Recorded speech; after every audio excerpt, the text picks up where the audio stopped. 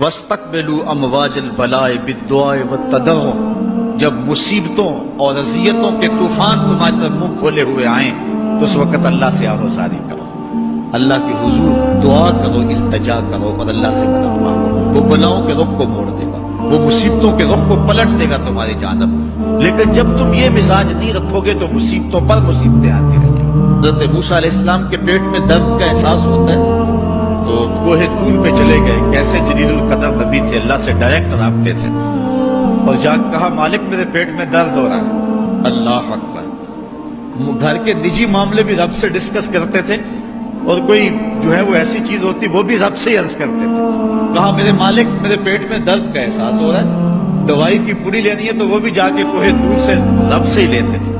تو اللہ تعالیٰ فرمایا فلاں جنگل میں چلے جاؤ، وہاں اس شکل کے پتوں کی ایک بوٹی ہے، اس کو توڑو نچوڑو، اس کا پانی پیو، تمہیں شفا مل جائے گی۔ حضرت موسیٰ علیہ السلام گئے اور جا کے بوٹی کو توڑا نچوڑا، پانی پیا، شفا ہو۔ کچھ عرصہ بیتا، دوبارہ اسی طرح کا درد جاگا۔ اب نسخہ تو ذہن میں تھا، کوہ طور پہ نہ گئے، اس جنگل میں چلے گئے اور جا کے بوٹی کو توڑا، اس کے پتے نچوڑے، پانی نکالا، پیا، لیکن درد اور زیادہ بڑھ جاتا۔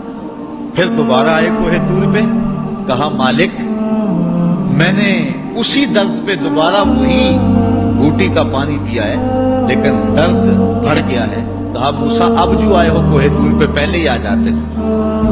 تو عرض کی مالک بوٹی بھی وہی اور درد بھی وہی۔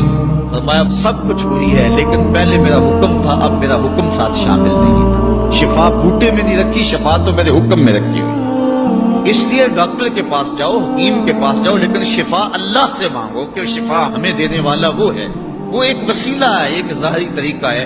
حضور علیہ الصلوۃ والسلام اللہ اکبر کیا خوبصورت ارشاد فرما رہے، حسنوا اموالکم بالزکات، اپنے اموال کو زکات سے پاک کرو، وداووا مرضاکم بالصدقہ، اور اپنے مریضوں کا علاج صدقے سے کرو۔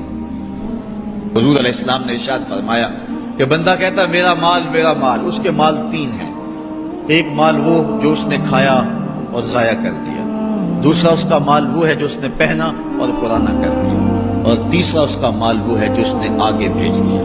فرمایا باقی اس کے وارثوں کا ہے، اس کا نہیں ہے۔ اس لیے ہم راہ خدا میں خرچ کرنے کا مزاج بنائیں، اس سے مال گھٹتا نہیں ہے، اس سے مال بڑھتا ہے۔